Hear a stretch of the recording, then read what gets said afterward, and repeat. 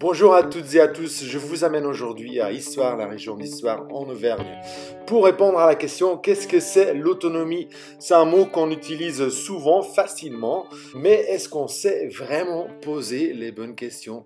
Et qu'est-ce que c'est être souverain, régisseur de sa propre vie? J'ai toujours voulu faire un reportage sur eux et leur vie, et voilà, on y va! Je suis le père. Comment tu t'appelles? Philippe, c'est le fiston.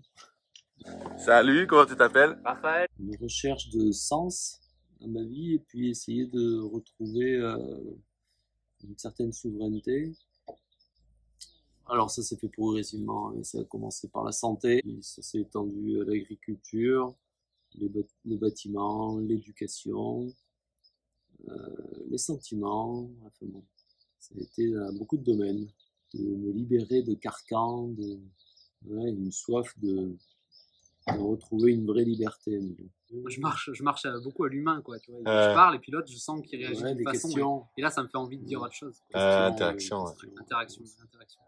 m'a toujours frappé chez vous, c'est votre autonomie et la réussite là-dedans. Pour aspirer à une souveraineté en 2023, il faut déjà sortir de tous les schémas qu'on peut voir autonomie, c'est-à-dire le truc où tu es obligé d'avoir une salle de bain avec l'eau chaude, tu es obligé d'avoir deux voitures, tu es obligé d'avoir le téléphone portable, tu es obligé d'avoir tout ça. Non, il faut oublier tout ça. Il faut revenir sur des choses plus primaires, quoi, basiques.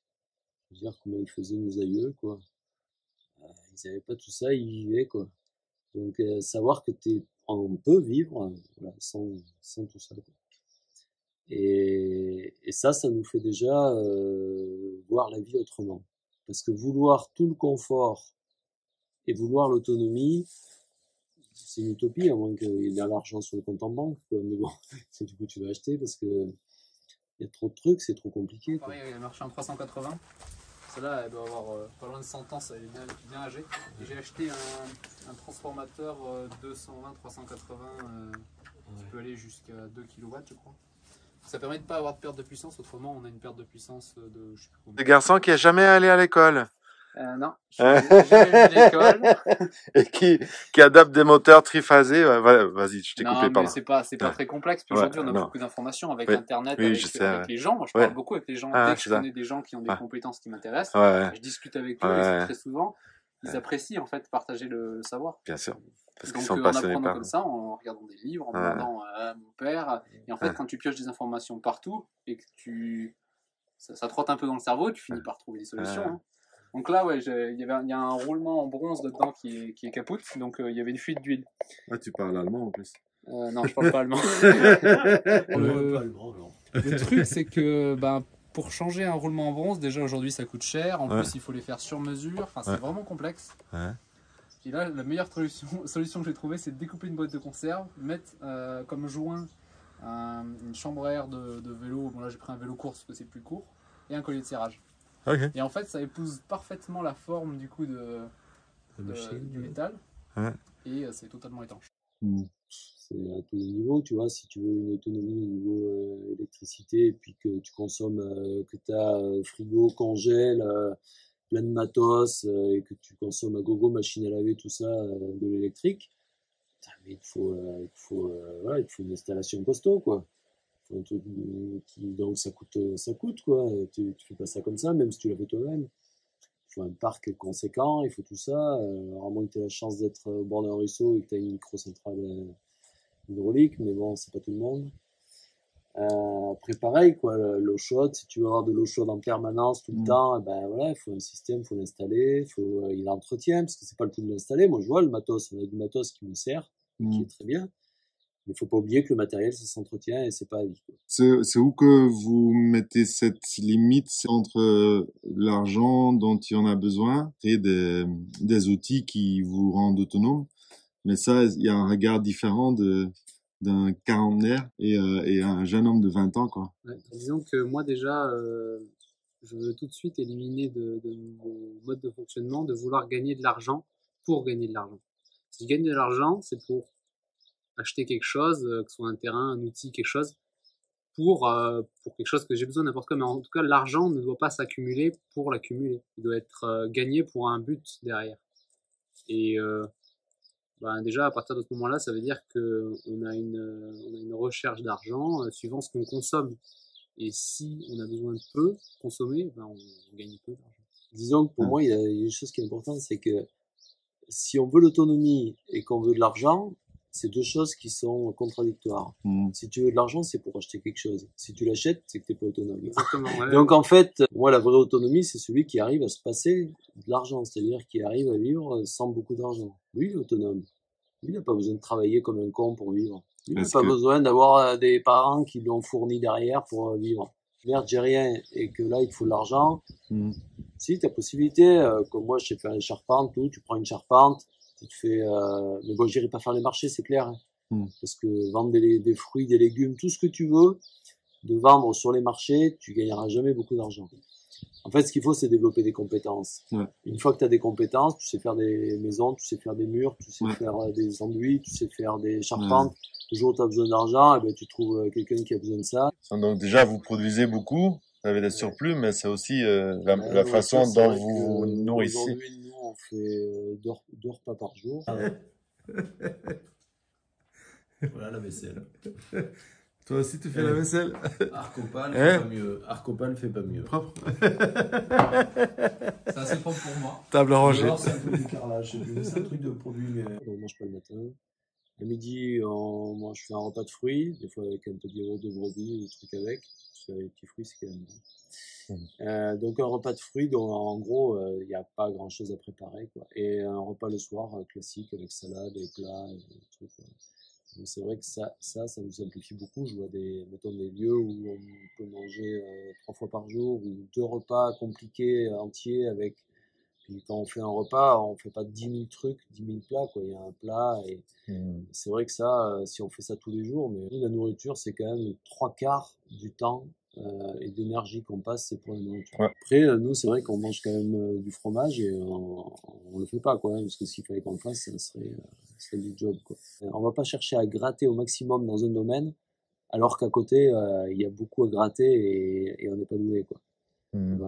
C'est-à-dire, je connais des gens, mettons, qui vont passer beaucoup d'énergie à l'autonomie alimentaire, mais à côté de ça, l'autonomie affective, l'autonomie au niveau des bâtiments, au niveau, à d'autres niveaux de déplacement, ils sont zéro, quoi, tu vois. Ils font aucune mécanique, aucune réparation, tout. Enfin bon. Moi, je préfère être moyen partout, et je vois que déjà, c'est pas facile, il y a déjà beaucoup de taf, mais au moins, t'es pas radical, et c'est plus cohérent, je trouve. Parce que tu juges moins les autres quelque part, parce que quelqu'un qui est très radical dans un domaine, j'ai remarqué que souvent a tendance à avoir du mal avec ceux qui sont pas comme ça, ou juger. Ils sont de l'autre côté, ouais, parce que tu sais, c'est un peu comme c'est le syndrome des professeurs. Ils répètent toujours la même chose à des élèves qui s'en foutent, donc ils savent pas leur truc, donc ils ont le syndrome d'être supérieurs, quoi. Mais bon, si tu les mets au bricolage, je pense qu'il y a beaucoup de professeurs, et l'humilité viendrait, quoi. Parce qu'ils s'apercevraient qu'ils n'ont pas des mains, quoi. Affectif aussi. Ça m'a bien planté à un moment donné. Donc voilà, si tu sais pas vivre seul, quoi, et que tu as besoin de toujours machin, à un moment donné, tu es dépendant, quoi. Il y a beaucoup d'énergie à ça. Donc c'est un tout. C'est un tout, le vivant, quoi. On a besoin de relations, donc on a besoin de gérer l'affectif, on a besoin de gérer la santé, on a besoin de gérer l'éducation. Je trouve que l'éducation de nos enfants, c'est quand même primordial. Mais ça, c'est nous, du coup, parce qu'ils sont ce qu'on est. Parce que c'est la suite, quoi, la continuité. Et je vois des parents qui ont raté ce truc-là. C'est compliqué après. C'est compliqué à rattraper, à gérer. Ouais, je trouve ça c'est important. Qu'il y ait une continuité comme il y avait dans les traditions en fait avant. On fait le tour de votre maison. Allez. Ça c'est le seul meuble qu'on a acheté. Le reste, c'est fait, les tables sont faites. Donc ça c'est les supports fixes. Donc ouais, c'est sûr que niveau mobilier, on n'a pas acheté beaucoup de meubles. Ouais, on marche beaucoup entre récupération et autoconstruction. Il a autoconstruit les tables, les deux. Les chaises, c'est de la récupération. Donc une à la déchetterie, une d'un voisin. Il n'y a pas une. Parfait. C'est pas compliqué. Parfait. On s'en fout. C'est une gazinière normalement qui est fait pour du gaz de ville. Ouais. Donc elle fait des flammes un peu trop grandes. Ouais, ah oui. On l'a pris quand même. Et sachant qu'une bouteille de gaz nous fait à peu près 6-7 ans, quoi. 6-7 ans, waouh. 6-7 ans, C'est le record national, En ça. fait, j'ai essayé de faire un néo-stop. Alors Christophe, on avait ça avant, mais en fait, ça noircit les poils. Ouais. Et on n'en avait pas 36. On pourrait utiliser des poils juste pour le roquette, puis d'autres juste pour la gazinière. Mais bon, on en a eu un peu marre, et du coup, on a arrêté. Et le néo-stop, il brûle les fumées.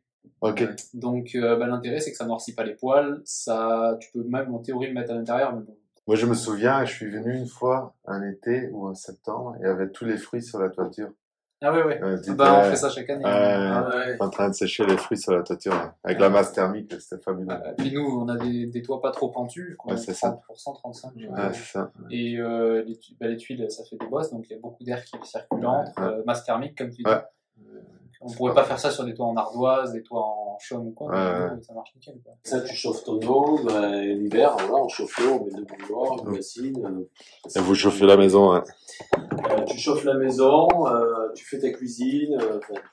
Et là, je crois que tu avais fait exprès qu'on a acheté une qui fait 55 de bûches, donc on met pas des petites ridicules. Ça, Ça c'est bien pratique, surtout avec le super nettoyage qu'on y a fait. Pas pour ma venue, j'espère. Ah ouais, Olivier, on va nettoyer le poil. Vous avez repassé vos chemises et tout. On va faire attention. Ça, c'est des grilles, ouais. Ouais, pour sécher. Ouais.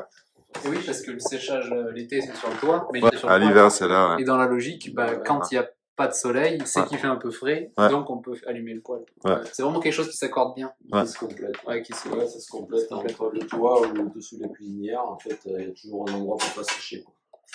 Et il y a le stockage des courges, mais là c'est plutôt l'hiver que c'est tout un un phénomène esthétique. Ouais, Je m'en souviens. Elle rentre pas toute là, mais Ouais. dessus, mais bon, voilà,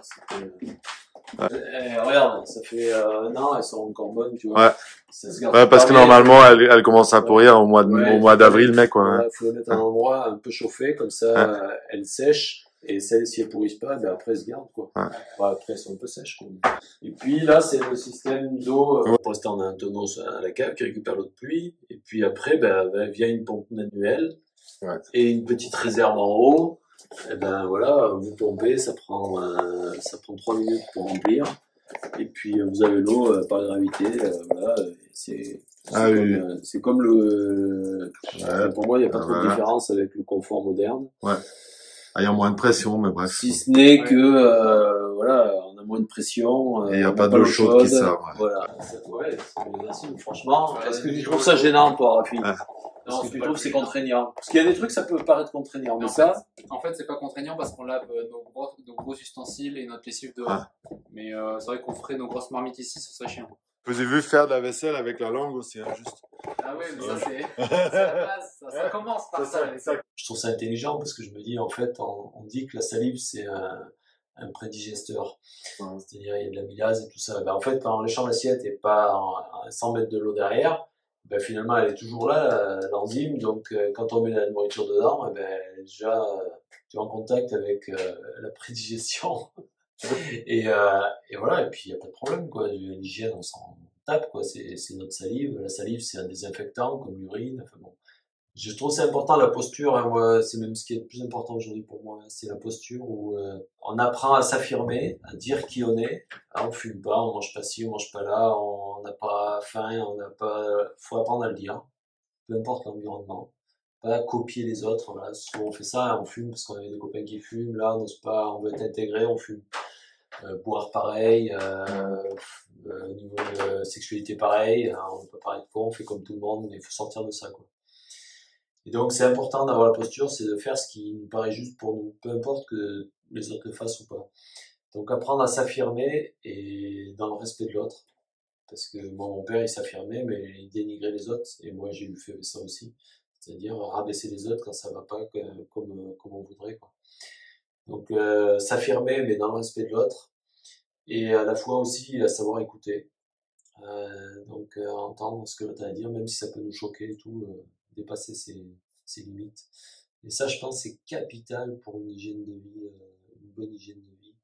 Au-delà de manger, pas fumer, tout ça, je pense que la souche, vraiment le socle, la racine première, c'est ça, c'est la posture. C'est moi, depuis que j'apprends à dire ce que j'ai à dire et à être ce que je suis, peu importe l'environnement, et à savoir écouter, et je pense à peu près entendre tout, j'ai pas de tabou, je sens la différence au niveau de mon bien-être. Et je peux manger du fromage, je peux manger des tartes, je peux manger ce que je veux, tout passe. Des petits coiffes sur une table. De toute façon, la bonne posture, elle le met automatiquement dans à la fois l'humilité et à la fois s'affirmer. Ni victime ni bourreau, parce que la victime a tendance à pas s'affirmer, et le bourreau il a tendance à s'affirmer trop et surtout dénigrer l'autre. Parce que c'est la fréquence qu'on porte tout le temps, c'est ça qui va structurer notre eau, on est fait 3/4 d'eau. On peut bien dynamiser l'eau, hein, si on la boit et puis qu'on est stressé du jour au matin, bon, bah, au bout de 10 minutes, ça y est, l'eau elle est structurée. Donc s'il faut reboire toujours de l'eau structurée toutes les 5 minutes, c'est compliqué. Et puis surtout qu'on va pas pouvoir la régénérer totalement. Donc pour moi, la meilleure des structurations de l'eau, c'est quand même avoir cette posture, cette sérénité, cette bienveillance. Le plus souvent possible, des fois on peut s'énerver, c'est pas le problème. Et quand je suis en colère, je l'exprime. La vue dans votre cuisine est quand même. Ça là, ils font la vaisselle avec des pompes manuelles et ça c'est la vue. C'est pas trop mal, il y a un peu de toiture mais quand même. Un peu tu vois, encore presque toute la chaîne là. Nous on garde tout parce que même ces trucs là que personne garde, des petits bouts comme ça, moi je trouve toujours une utilité à un moment donné, il me faut une cale pour un truc, En fait, l'important, c'est de les stocker d'une façon où on les trouve quand on les cherche. Donc le rangement, c'est quelque chose de très important et ça, on l'a compris, on a commencé à ranger beaucoup, à plein d'endroits. Donc tu vois, tout ça là, j'ai calculé pendant beaucoup de temps, on a mis du temps à le faire, tout ça, mais là, on a du bois qu'on peut tirer, qu'on peut voir par catégorie. Ça, c'est du pain, du hêtre, ça, c'est des petits morceaux, ça, c'est du pain raboté, du douglas, du bois de manche, bambou, donc chêne, acacia en bas. Je t'ai montré là tout à l'heure. Regardez ça. Ouais, c'est un bois. Ça c'est mon avant-dernier projet, les tiroirs. C'est des petits tiroirs pour qu'ils se désaffûtent pas, pour qu'ils restent bien dans leur... Bon, ça marche. Le plus intéressant, c'est pour des plateaux assez épais, voire des poutres. Parce que pour les planches, il y a de la perte, c'est pas... Mais ce qui est intéressant, en fait, c'est qu'on va amener la scierie, on va dire, au tronc, au lieu d'amener le tronc à la scierie. On va travailler sur des gros troncs, et très souvent très inaccessibles. C'est pas valable pour des petits troncs ou des troncs accessibles. Ça, c'est un banc à planer. Un banc à planer. Il y a beaucoup de noms, hein. Ça s'est appelé bandane.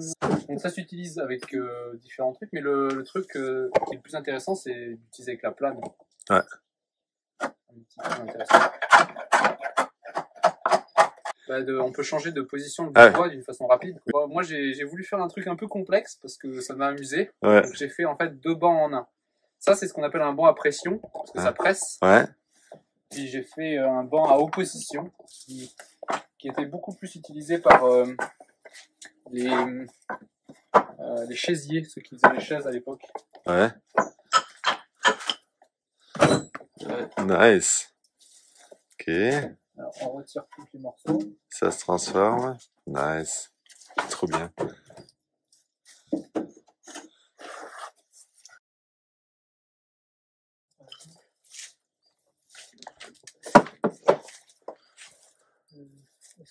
Voilà. Donc là, on travaille pas en pression, mais en opposition. En opposition. Les 2 morceaux. Donc par exemple, sur des morceaux plats, je vais les mettre comme ça et travailler en allant plus par-dessus. Il y a un intérêt, c'est que là on a 1m20 je crois de longueur, donc on peut faire des manches d'outils. Parce que tu peux oui, tu peux la déplacer. Nice. Du coup, c'est effectivement pour adapter des longueurs. C'est ça, Section métal. On est en train d'en faire section métal. Yes. La forgette. Avec, il y a l'enclume, toutes les pinces qui vont bien. Bon, le marteau, il en a une collection là, pour taper. Et puis le ventilo, la forge, avec le charbon de bois qui fait. Le foyer. Qu'on fait avec du bois. Et bon, c'est crade, quoi, par contre. Oui, le métal. La forge, c'est ça. La forge, c'est ça. Voilà. Oui. Et ça, c'est 10 tournées. Hein. C'est-à-dire, c'est à peu près 15 heures, quoi. Seulement. Mais bon, ici, je peux ressortir des outils comme ça. C'est un écorçoir. Celui-là, il a été forgé totalement à la main. Génial. Et avant, c'était un pain de fer. Hein. C'était pas... La forge, à la base, en fait, ça se travaillait à deux, beaucoup. Il y avait le chef, et puis il y avait celui qui apprenait l'apprenti. Donc l'apprenti, c'était le frappeur. Il y avait un gros marteau. Si tu fais le frappeur. Et puis moi, en fait, je vais donner avec mon marteau, je vais donner le rythme et je vais donner l'endroit où il faut qu'il frappe. Donc par exemple, si moi je frappe là, lui il sait qu'il faut qu'il frappe au même endroit. Donc, très souvent, moi je donne un coup, lui un coup. Un coup, un coup. Et donc, dans cette idée-là, moi j'ai un peu comme un marteau-pilon en face de moi. Et moi, je peux gérer mon marteau-pilon. Donc, cet outil-là, à la base, c'était pour être seul quand on n'a pas de frappeur. On met notre outil, notre fer à frapper entre les deux. Et on frappe nous-mêmes, en fait. Parce qu'autrement, il faut quelqu'un qui tienne un marteau. Et on ne peut pas avoir 3 mains. On n'a pas 3 mains, donc ça, c'est pour pouvoir travailler seul. Génial. C'est justement, avant, on travaillait dans le même atelier quand on faisait de la soudure, quand on faisait de la sculpture, quand on faisait de la meuleuse. C'est pareil, quoi. Philippe, il a beaucoup travaillé dans les bâtiments, mais dans l'atelier, il ne travaille pas trop. Moi, je travaille beaucoup. Alors, quand je fais 3 heures de meuleuse, ensuite, j'utilise les gouges sur du bois, en fait, je désaffûte avec les grains de meuleuse qui ont été émis. Donc ça, c'est très important quand on fait beaucoup. Et donc là, c'est l'idée de faire tout ce qui est crade. Meuleuse, mécanique, soudure, tout ce qui est... Des toilettes sèches performantes. C'est rehaussé. Très bien, en fait, il y avait une pente et donc on a décaissé un peu. On a décaissé un peu. Et après, t'as des poules qui grattent dedans ou pas? Non. Non, c'est juste un gros volume en dessous. Ouais, c'est un gros volume en dessous et normalement l'idée, c'est pas le circuit d'air. Qui passe dedans. On peut faire un pas incliné. Ouais. Et avec une arrivée d'air là ça sera fermé, une arrivée d'air là, et qui va ensuite aller dans la cheminée, et pour ventiler le truc, pour que ça puisse sécher. Donc, ça c'est en cours. Les liquides s'évacuent ici, quoi. On récupère l'urine pour le jardin. Et donc, on mélange pas, mais sauf, bon, des fois t'en as un peu. Mais... On a fait des patates et en fait, c'était une vitesse d'attraction animale. On n'a pas d'animaux pour tirer. On s'est dit, on va faire l'attraction humaine. Donc on s'attelait. On se les fait à deux. Il y en a un qui est devant. Une sangle, devant, avec une sangle, il tire, et derrière, il pousse et il guide. Un des jardins. Un des jardins, un des jardins. Bon, il y a les tomates avec des tuteurs en grillage. Grillage autour. Ça en fait pas. Tu vois, pas de gourmand à enlever. Pas de gourmand, c'est pratique quand même. Bon, pour ramasser, c'est un peu chiant. Husson, c'est volcanique. Mais nous, c'est métamorphique, c'est limon, quoi. Donc, c'est assez drainant, c'est très drainant. On a un sol drainant. Et pas argileux. Pas du tout. Enfin, il y en a un peu, mais pas beaucoup. Et donc, c'est vrai que c'est un sol qui ne tient pas énormément l'eau, donc c'est bien qu'il soit riche en matière organique. En matière organique, Et donc là, vous êtes sur un pH un peu acide, c'est un peu acide. Ça doit être du 6, 5. Ça va. Je pense qu'on est allé faire pipi celui-là beaucoup de matin. Beaucoup de matinées où on s'est dit... Celui-là, faut qu'il pousse.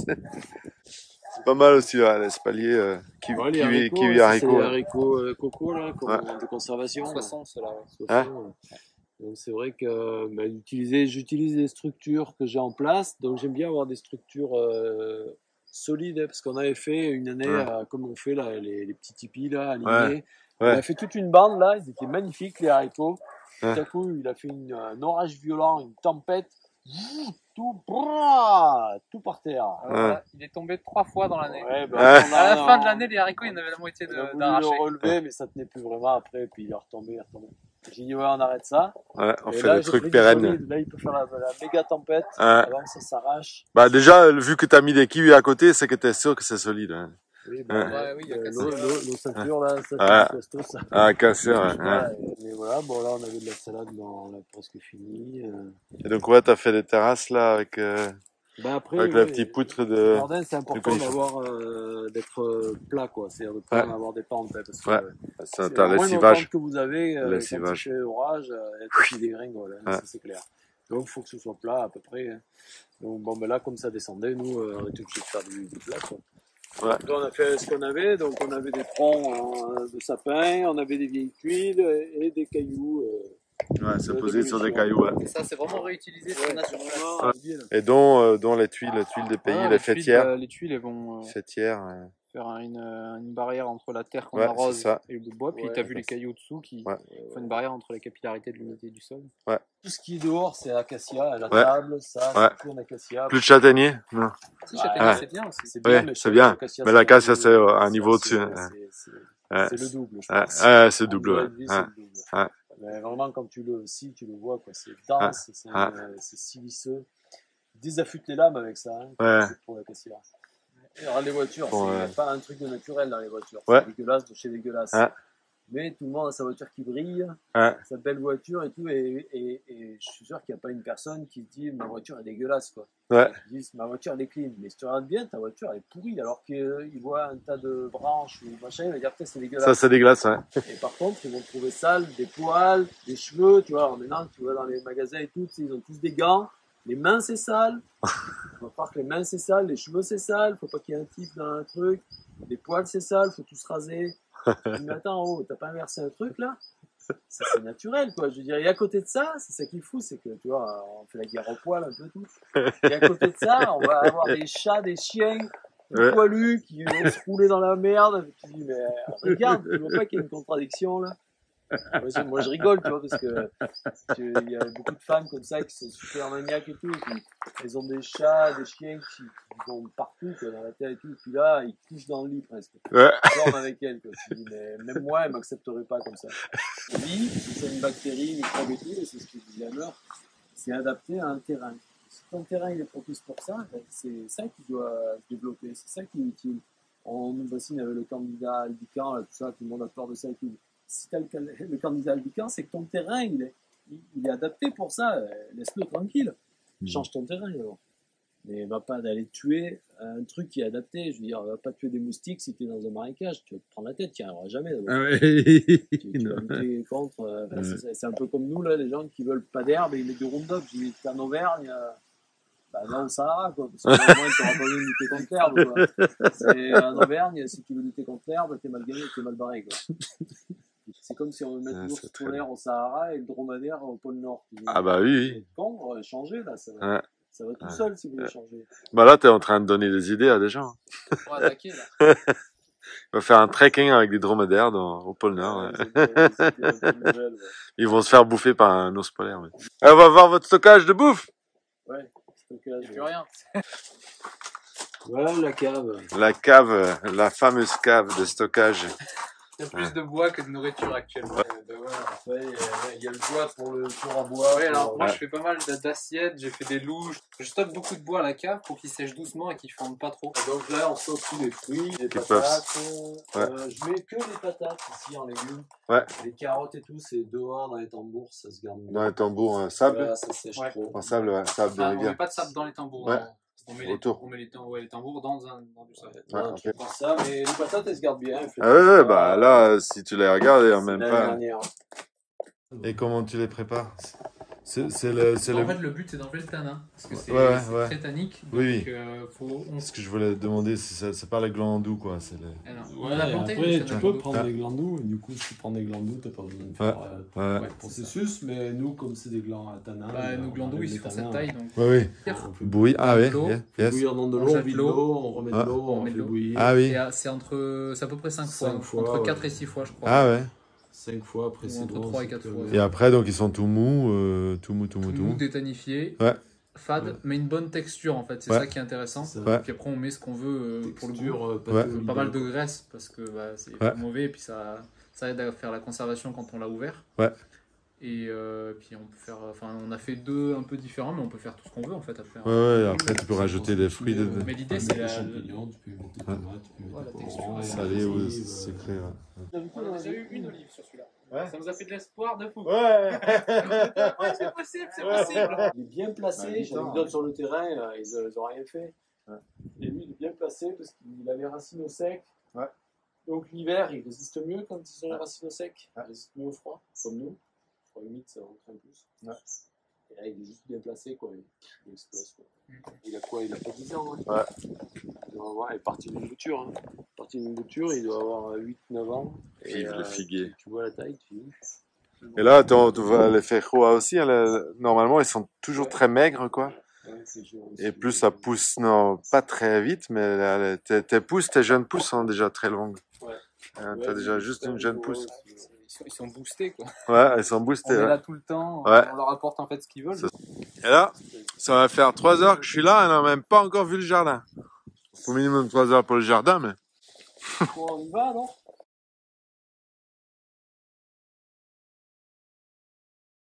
Tu l'appellerais forêt nourricière, jardin forêt, forêt jardinée ou jungle ou... J'appellerais ça un paradis fruitier. Yes, beau. Un paradis fruitier parce que bon, il n'y a pas d'animaux, à part les animaux sauvages, il n'y a pas d'animaux domestiques. Le but, c'est vraiment qu'il y ait de la diversité en fruits, quoi. Ouais. C'est vraiment, j'ai planté pour ça, quoi. C'est pas fait pour avoir. Bon, il y a aussi des arbres ornementaux, mais c'est pas fait pour faire de l'élevage. C'est fait pour avoir un paradis fruitier. Ouais, ok. Donc il y a un peu d'intervention de votre part pour tondre, pour rendre accessible. Ouais, Beaucoup d'interventions. Pas énormément en tonte, mais en divers domaines, il y a quand même beaucoup d'interventions. Ouais. Peut-être moins que d'autres, mais oui, moins que les gens. Il y a du déronçage à l'automne, il y a du fauchage 2 fois par an. Maintenant, il commence à avoir un peu de taille.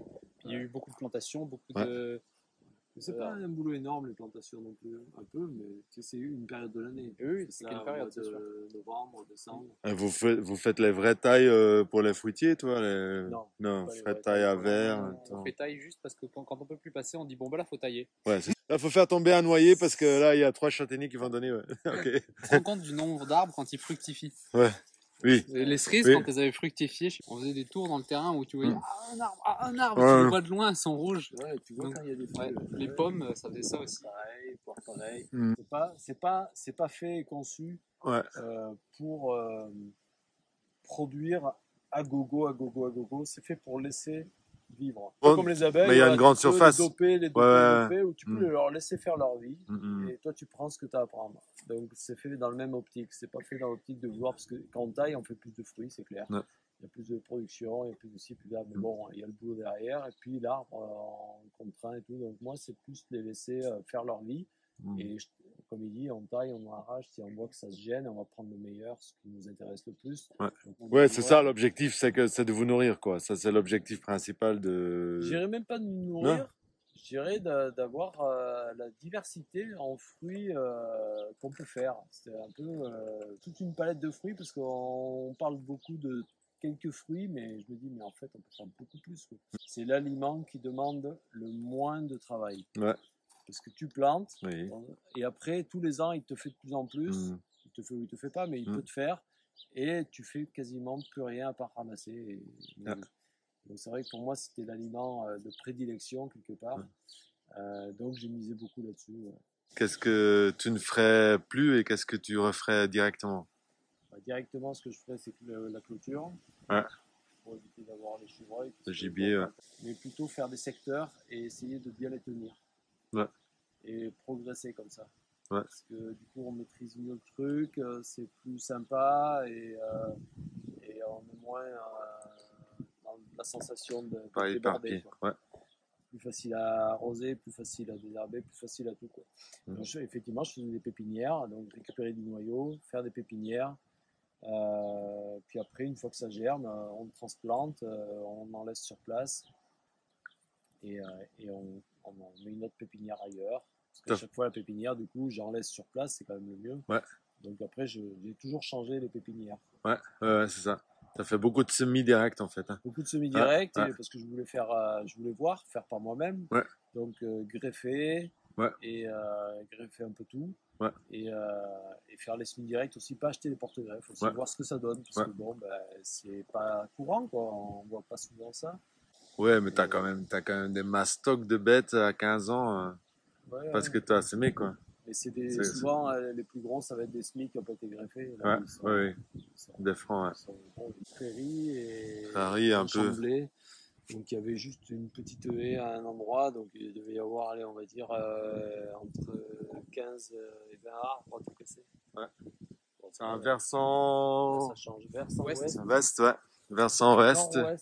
Nord-ouest, Donc, toujours la même terre drainante. Toujours pas beaucoup de sol. Un peu acide, pas beaucoup de sol. Donc, entre 0, parce qu'il y a des endroits le rocher il a fleur, entre 0 et 40 cm de sol. Plaque minier, cornouiller, mûrier en arbre. Nice. Là, c'est le puits qu'on avait fait. Ah ouais. Raphaël a creusé un trou. Pas que moi, celui-là. Là, il y a de l'eau. Ah ouais, génial. C'est presque du sol. Hein. Top. Pas tout à fait, mais presque. Donc 4 mètres de profond. 4 mètres de profond, nice, c'est super. 16 000 litres de réserve. Les arbres, on n'en rose pas. Les jardins, au fond, j'ai un système par gravité, par perspirant, perspirant. Et à la maison, comme ça fait pas longtemps, on fait l'arrosoir. Yes. Ah oui, elles sont grosses déjà. Ouais. Ah ouais. Tiens, là, il y en a un peu plus belle là. Ah là, elle est mastoc. Marrant, Ah ouais, en grappe. Ah ouais, elle porte bien. Une petite, là, ouais. Mais cet arbre-là, il faisait le double. Ah La oui. moitié est mort avec le sec. Ouais, Ah. ouais. Avec le, ouais. Ah, Oui, ils c'est beau, n'aiment avec le pas. fruit, mais le sec, ça aime pas. Ouais. Ah, ça, ils n'aiment pas. Ah ouais. D'abord, tu vois. Ouais, très beau. Il a enragé et, Très beau porc. Ouais. et pareil, quoi, il était plus haut et mais avec le sec, l'année dernière, ou il y a 2 ans, ils n'ont pas aimé. Mais bon, voilà. Donc je sais que les aluminiers, si les gens qui veulent en avoir, il y en a là-haut. Ouais, faut de l'eau. Ah, il faut des sols profonds et humides. Il faut pas s'amuser à faire ça sur des sols. Enfin, il faut pas qu'il y ait de la sel. Il faut pas qu'ils souffrent en eau. S'ils souffrent en eau. Mais tout, même la vigne, tu vois, la vigne, elle a souffert en eau, tu vois, les raisins, il n'y a rien cette année. Ça aime pas, en fait. Ça aime pas souffrir. Le chalef qui va porter. Ça fait du fruit. Ouais, ça. Cognacier qui se mange cru, celui-là. Mais alors les prunes, ça ploie, Elles sont pas mûres. Ah, pas mûr quoi. Il y en a, j'en ai, ouais, des fois il y en a une ou deux. Elles sont par terre. En fait. Ouais, c'est ça. Une là, qui est peut-être pas trop mûre, mais. Une petite ronde violette. C'est beau, la couleur est magnifique. En fait, la vigne, elle va chercher profond, mais il n'y a pas d'eau en profondeur. C'est-à-dire que nous, il a fait de la flotte, mais qu'en surface. En profondeur, c'est sec, bien les réserves, elles ont pas augmenté. Donc en fait, c'est de pire en pire, et d'année en année, il a du mal. On voit bien qu'il a du mal. Ouais, oui, chargé, ouais. Alors, elles sont belles, elles sont rouges. Pas extra en goût, mais ça va. Non, c'est pas extra en goût à onduler en forme. Oui, mais c'est vrai que ça. C'est nul. Ouais, c'est ouais. Ouais, faut les transformer au bout d'une semaine. Ouais, c'est ça, il faut les transformer. Mais c'est quand même un arbre qui résiste au stress hydrique et qui continue de pousser. Il a pas l'air mal. Et qui continue de pousser. Il a autant de pommes que de feuilles. Ouais. Ou même plus. Il fait plus de photosynthèse avec les fruits. T'as des quetchs. Des quetchs, ouais. Mais elles ont pas le petit trait en bas. Ah ouais. Elles sont très très belles. Tiens, il y en a une de mûre, là. Oh ouais. Une cure de prunes. Bah voilà. Ah, ça, c'est une cure qui marche. Hein. Ouais. Par exemple, de croncelles, là. De croncelles. Ouais, des croncelles. Farineuse. Si, mais il faut prendre sur l'arbre, elles sont encore fermes. Faut pas qu'elle tombe, quoi. Et la prune. Encore de la prune. Et la prune. Encore la prune. Ah, ouh, là, c'est cassé. Bah, lui, il a trop d'ambition. Celui-là, je l'avais greffé en écusson. Ouais. Il était parti comme ça. Ouais, comme ça, ouais. Et il avait chopé le chancre. Ouais. Et bon, je me doutais qu'un jour, il allait crever. Bah, avant de partir, il nous donne quand même. Ah ouais, il est quand même gracieux. Hein. Wow. Il est sympa. Ouais, c'est un gros. Ça, c'est notre futur totem, séquoia géant. Que ce soit les relations amoureuses, que ce soit un jardin forêt, que ce soit n'importe quoi, une maison, tout ce qu'on veut. Il y a toujours la chance du débutant où il va y avoir des synchronicités, les choses vont s'emboîter comme il faut. Tu dis, waouh, cette personne me convient, waouh, ce terrain, on peut faire ça, ça. Donc là, il y a l'émulation, il y a la motivation. Donc effectivement, c'est la chance du débutant, quoi. Tu pars, t'es à bloc. Et puis après, voilà, une fois que tu es bien lancé et que c'est difficile de revenir en arrière, c'est là que l'épreuve arrive. La vie est bien faite. Si elle mettait l'épreuve trop tôt, on lâche l'affaire, on lâche le terrain, on lâche la copine et puis allez, on se barre. Non, ça marche pas comme ça. Tout va bien, tout paraît nickel. Tu dis, ouais, allez, là, c'est bon, on y va. Tu t'engages et une fois que tu es bien engagé, paf, ça y est, l'épreuve commence. Là. Et là, hop, la sécheresse, allez, la grêle, les animaux qui viennent te manger des trucs, les arbres qui poussent pas comme tu voudrais, les semis qui marchent pas, en fait, tout un tas de péripéties qui viennent en fait nous faire travailler au corps, hein, c'est-à-dire vraiment ce détachement, cette persévérance, cette patience. Ouais, ça vient vraiment développer notre foi dans ce qu'on veut faire, quoi. Mais si tu veux les résultats tout de suite, et aujourd'hui on est un peu dans cette philosophie de vouloir les résultats immédiats, quoi, c'est pas bon parce que là tu es trop dans l'attente, tu es trop dans faire des efforts pour avoir quelque chose. Et c'est pas vraiment une conviction profonde, c'est pas vraiment quelque chose que tu portes vraiment à l'intérieur. Donc ça demande de s'écouter vraiment profondément. Et quand on arrive à s'écouter profondément comme ça, on sent bien que même s'il y a des choses qui vont pas comme on voudrait, on veut continuer là, il y a quelque chose qui nous pousse à continuer.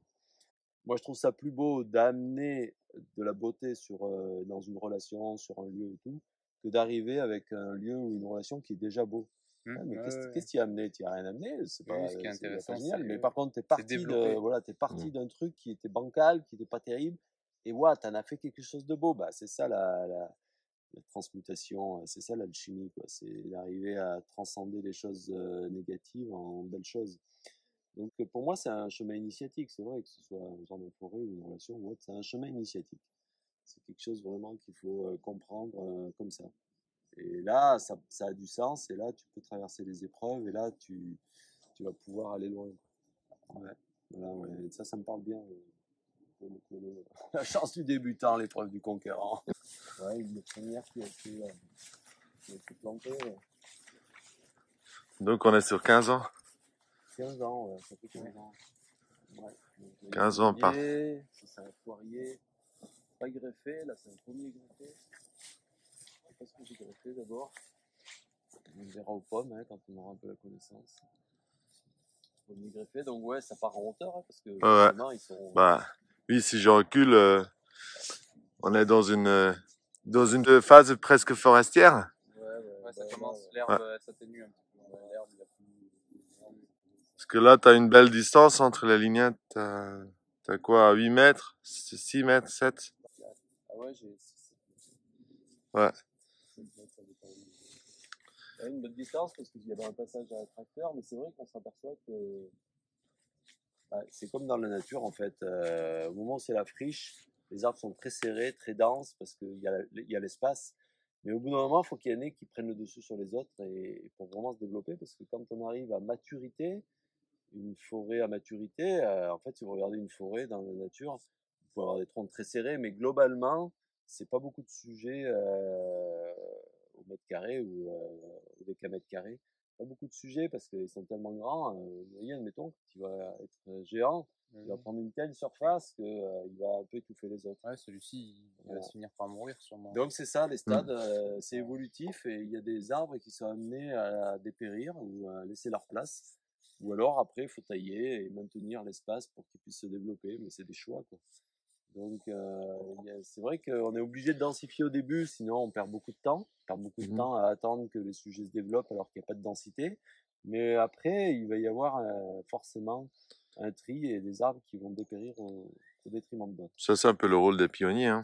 Voilà. Ouais. Donc, ça. Ouais, Là, ici, on a un chalef, on peut parfaitement intégrer ça et savoir qu'après 15-20 ans, il aura plus son rôle à jouer. Quoi. La succession écologique. C'est pas figé dans la forêt, c'est évolutif en permanence. On le voit, on commence à voir qu'il y a des arbres qui prennent un peu le dessus et ça va plus ou moins étouffer certains autres.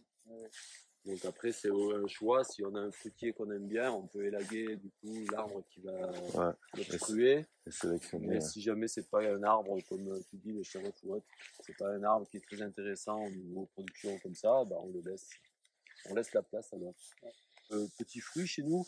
Petits fruits, c'est très intéressant, mais moi j'aime bien dire la différence entre chez nous et les tropiques, c'est que chez nous, tu passes une journée à récolter et tu manges pendant 10 minutes. Ouais.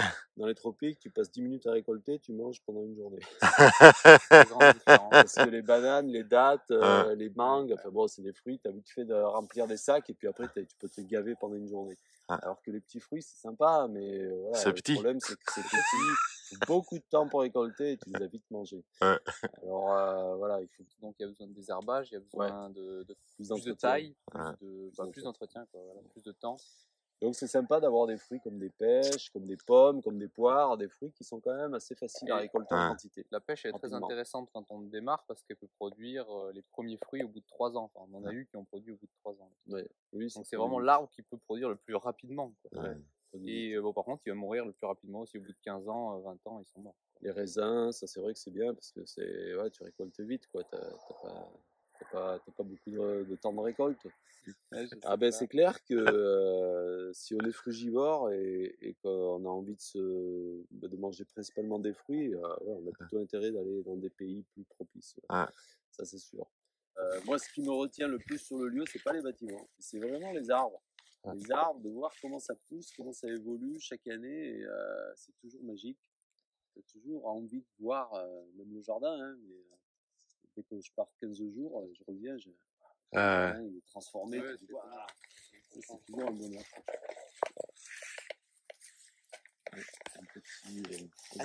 Triloba. Une ancienne terrasse où tu faisais du jardin au début. Ouais, là, je faisais du jardin au début. Après, j'ai commencé à mettre des fruitiers. Et puis là, tu vois, il y a une vigne qui est... Mais c'est un concept qui est très intéressant, hein, d'avoir des jardins qui bougent et qui sont nomades, des jardins nomades C'est pas presque. mal, ouais, parce que les Ouais. jardins, du coup, on les arrose, on les Ouais. désherbe. Donc, les premières années, pour les arbres, c'est sympa. Ouais. Et après, quand les arbres commencent à prendre le dessus, ils sont autonomes. Et finalement, tu déplaces ton jardin et tu as déjà des arbres qui sont bien implantés. Ouais, Même si tu mets du fumier, t'enrichis. Enfin bon, c'est vrai que c'est D'ailleurs, pas con. avant les arbres, on mettait peut-être des petits fruits aussi. On le déplace où il fera rien. D'abord, il a jamais donné de figues. Donc c'est clair qu'un arbre fruitier comme ça, qui a besoin quand même de chaleur, s'ils sont à l'ombre, de lumière, ils produisent pas. Ça c'est clair. Par contre, en pleine lumière, ils vont se mettre à faire des fruits. Ouais. Donc là, c'est une évidence que si vous avez des figues à l'ombre, vous n'aurez pas de figues. Ouais, après, ou presque faire la clairière, quoi, mais faire un choix, c'est un choix de priorité. Ouais. Bon, après, Parce qu'il y aura 2 noyers qui ferment. Après, faut transplanter, 3 noyers. 3 noyers. 4 noyés. Avec un gant, tu vois le machin, c'est énorme, Ouais. quoi. Tu te dis, quand c'est bien placé, ça peut exploser. Puis il y a déjà pas mal de noix. Hein. Mais on dit toujours qu'il n'y a rien qui pousse à côté du noyer. Non, c'est chaud. Ouais.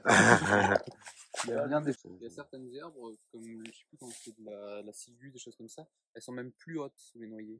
C'est les orties, la berce. Ouais. Il J'adore y a l'acidité. vraiment des plantes qui s'y plaisent.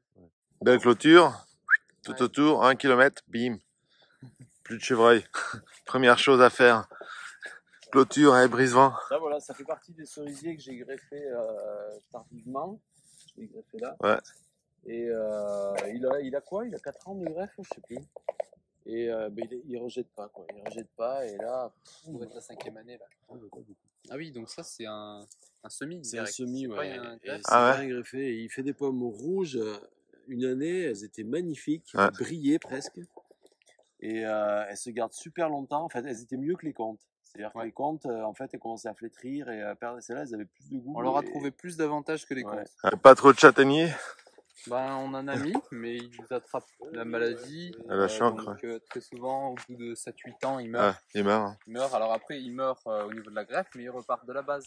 C'est pas facile. Je crois qu'ils sont sensibles à la pollution de l'air. Et comme c'est pas mal pollué en ce moment, je crois que c'est un peu comme les truites dans les ruisseaux. J'ai l'impression que les arbres sont sensibles ou aux conditions climatiques, mais moins les conditions atmosphériques. Et les châtaigniers, c'est vrai que c'est pas génial chez nous. Beaucoup qui meurent, qui chopent le champ. Terre sèche, ils sont très sensibles à ça aussi. Pas trop, et puis ça sèche d'année en année, c'est de plus en plus sec, hein, en profondeur surtout. Braco et Isabelle. Isabelle Framboise.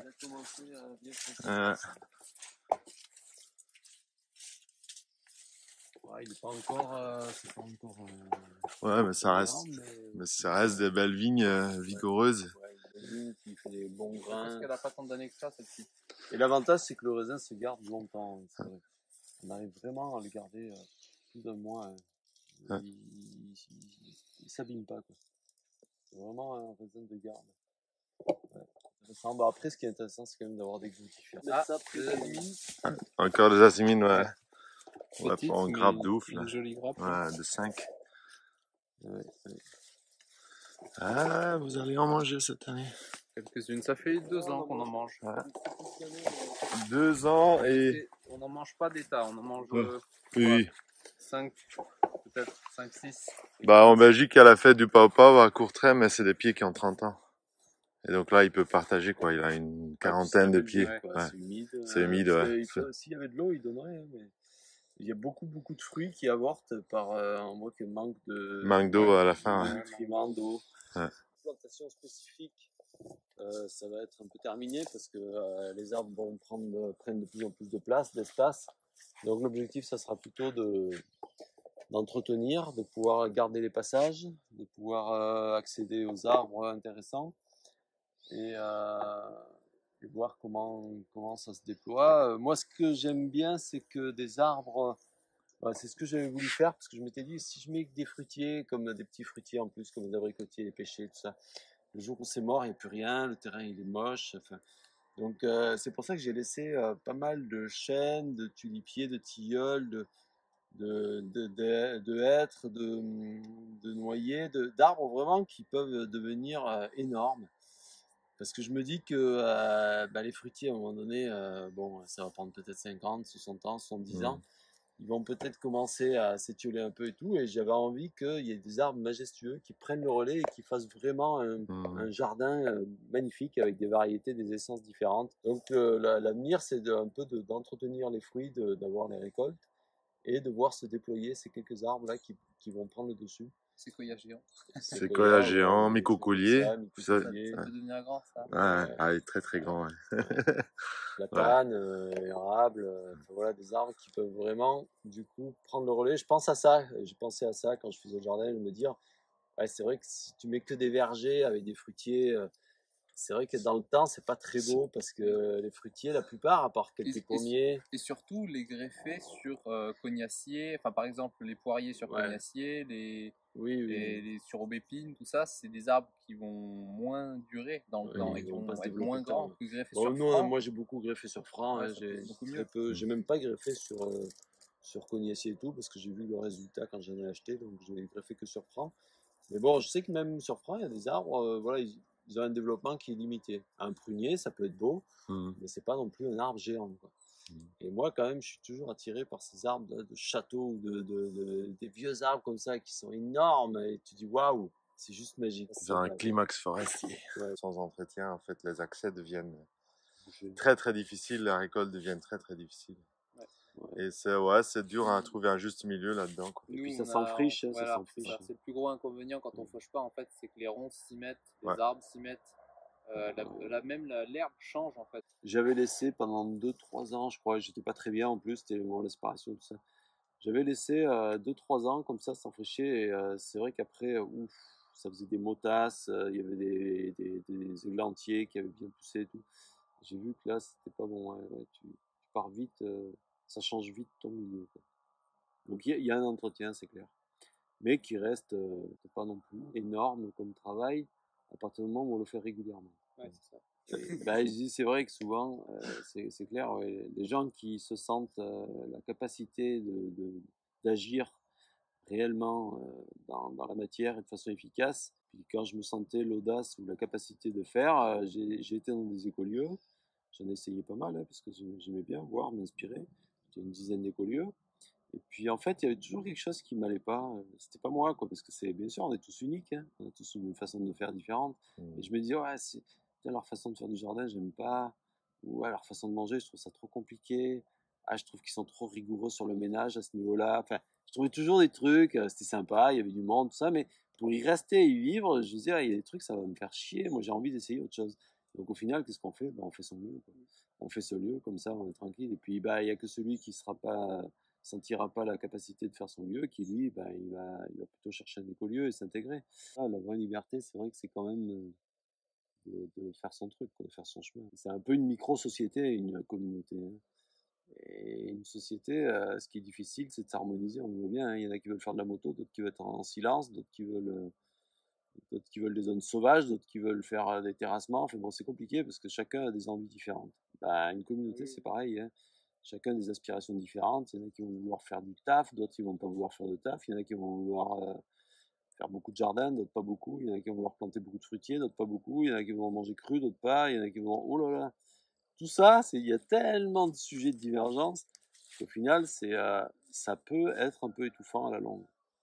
Pour moi, un écolieu, une sorte d'écolieu qui tiendrait plus facilement, c'est un peu comme une reconstitution d'un village d'avant, où chacun a son indépendance, a son petit jardin, a sa petite maison, son petit atelier, mais où il y a beaucoup de choses communes, comme des fours à pain, des pressoirs, des communs, des prairies pour des animaux, où ils peuvent même faire des pommes de terre ensemble, il peut y avoir des animaux de traction animale qui sont communs. Donc en fait, de partager le commun et le privé, de faire un peu moitié-moitié, je pense que c'est plus intéressant et plus viable à long terme. Oui, de toute façon, pour vivre en commun, il faut avoir développé déjà beaucoup notre sagesse intérieure. Il faut avoir beaucoup de maturité. Ouais. Donc ça peut pas se faire comme ça. On démarre pas un écolieu à 30 ans ou 25 ans sans être mature. Donc ce travail-là, il est nécessaire et indispensable. Tu vas plus t'intéresser à toi montrer un exemple qu'à essayer de changer les autres. Et ça, c'est la vraie maturité. Donc au final, tu vas impacter le collectif parce que tu vas rayonner une énergie qui va être parlante, si elle est juste, si elle est efficace, si elle est cohérente. Mais en aucun cas subir, c'est-à-dire si on est dans le forme, allez, bon, allez, tant pis, ok, on fait ça, on subit, ça marche pas. Ça, c'est les relations victimes, hein. On subit, au bout d'un moment, on en a trop marre, on se barre. Et imposer aux autres, ça marche pas non plus. Donc, c'est vraiment d'avoir sa ligne de conduite et c'est ça qui doit être le plus important. Ouais, donc tout cheminement commence avec la zone 0-0 intérieure. Ouais. C'est ça. Donc il y a vraiment cet effet miroir, quoi. Si tu veux être entendu, écoute bien les autres. Si tu veux que le message il porte, ben il faut que leur message te porte aussi. C'est pas dans un sens, c'est dans les deux sens. Et là c'est intéressant.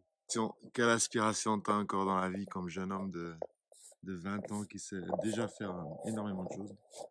Est-ce que tu as encore des rêves, des trucs auxquels tu veux te confronter? Je dirais que j'en ai de plus en plus des aspirations et des rêves.